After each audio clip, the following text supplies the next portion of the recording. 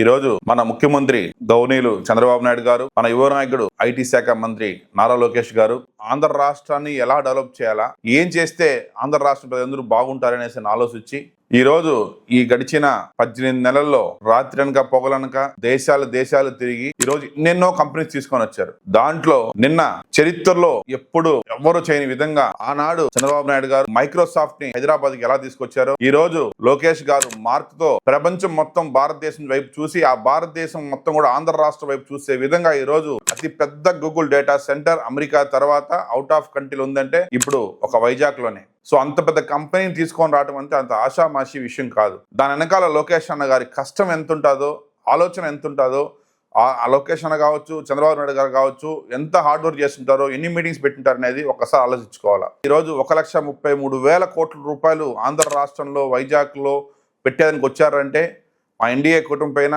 Telugu Desam party leadership పైన, చంద్రబాబు నాయుడు గారి పైన, లోకేష్ అన్న గారి పైన ఎంత నమ్మకం ఉంటే అంత డబ్బులు తీసుకొని వచ్చి ఆంధ్ర రాష్ట్రంలో పెట్టి ఈరోజు 1,88,000 మందికి ఇండైరెక్ట్ గా డైరెక్ట్ గా ఉద్యోగాలు ఇచ్చేదానికి ఒక పెద్ద ప్లాట్ఫామ్ శ్రీకారం చుట్టారంటే అంత ఆషామాషి విషయం కాదు.